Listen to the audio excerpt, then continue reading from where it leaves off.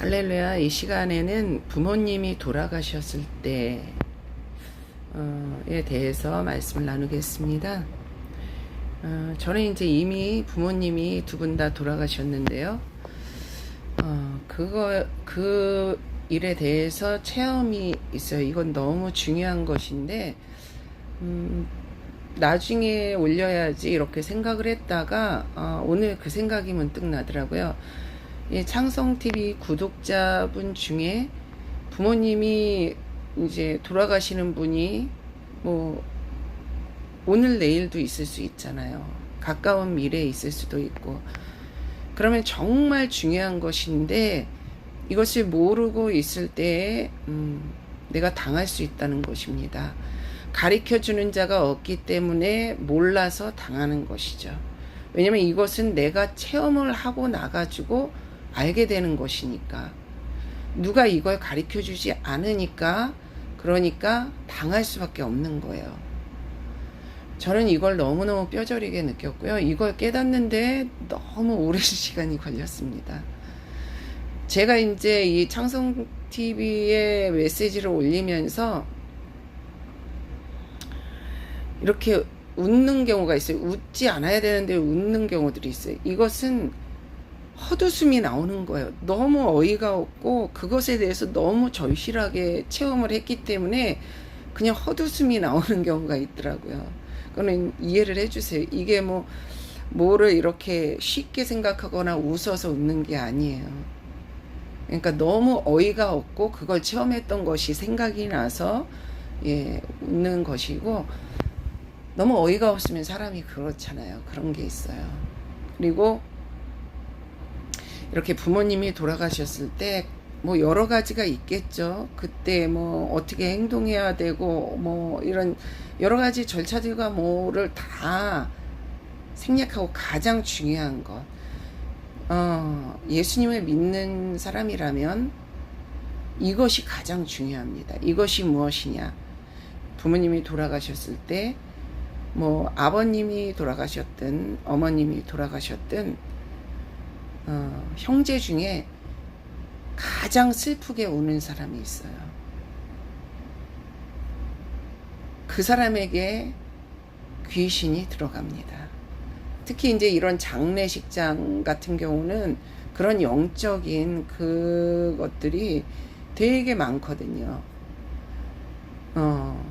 그래서 이제 말씀에는 그런 이제 장례에 이렇게 가서 이제 인생을 깨닫고 그런 것이 있기 때문에 가라고 하지만 주의해야 될 사항이 반드시 있는 거예요. 내 부모님이 돌아가셨을 때 정말 온 힘을 다해서 이때 아니면 내가 언제 울겠냐 이런 마음으로 한국 사람은 울잖아요. 실컷 울잖아요. 다시 안 울 수 있도록 울잖아요. 근데 이제 이 우는 것이 나이가 내가 너무 어렸으면 나 이제 어떻게 사나 이런 마음에서 또 눈물이 날 수도 있고요. 그리고 꼭 부모님이 하고 너무 사이가 좋다고 많이 우는 것도 아니에요. 그 미운 정도 무서운 거거든요. 부모가 나를 구박했거나 너무 차별했거나 부모와의 관계가 너무 악연인 사람도 있거든요. 이래도 눈물이 많이 납니다. 그리고 너무 사이가 좋아도 나 이제 어떻게 사나 그래서 또 울기도 하고요.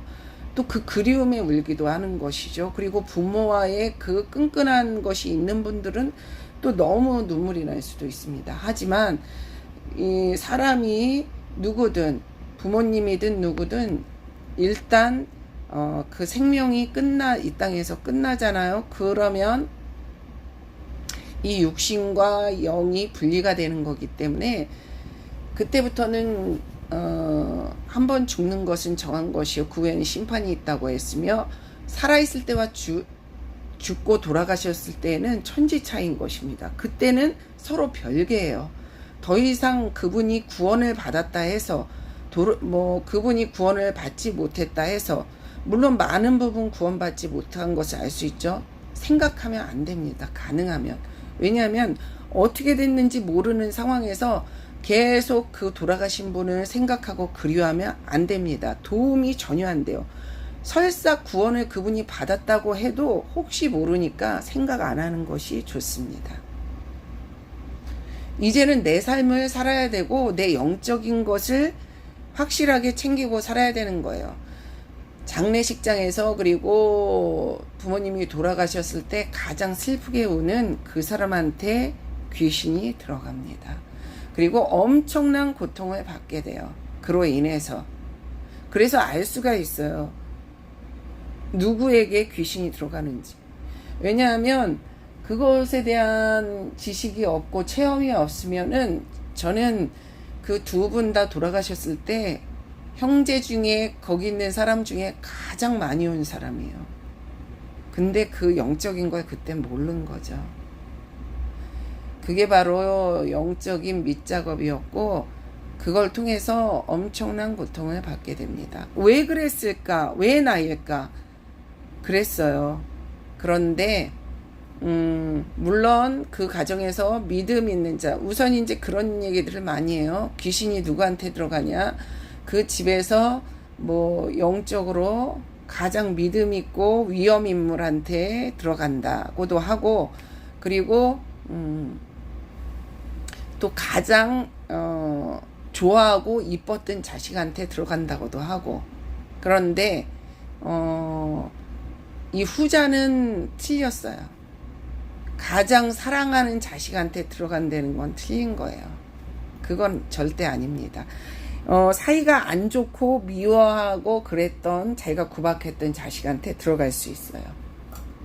그래서 장례식장에서, 그리고 부모님이 돌아가셨을 때 뭐 슬프고 울기는 울어야겠죠. 하지만 가장 슬프게, 그리고 실컷 울지 마십시오. 울긴 울어야 돼도 그거를 절제를 하면서, 영적인 거야. 나에게 해가 미칠 수 있어. 이제는 구원 받으셨든가 아니면 그렇지 못하든가 둘 중에 하나야. 이제는 이 땅에서의 인연은 끝난 거야.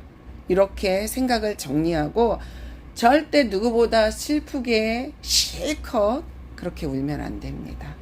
있는 힘껏 울면 안 됩니다. 누구보다 정신줄을 놓고 우는 일은 없어야 됩니다. 어느 정도 절제하고 그때도 예수님을 계속 생각해야 되고, 그리고 기도를 할 수 있겠죠. 예, 그렇게 해야 되는 것입니다. 이것이 이것에 대한 지식과 체험을 더 디테일하게 말씀드릴 수도 있겠지만 오늘은 이 정도 말씀드릴게요. 이것을 모르고 그렇게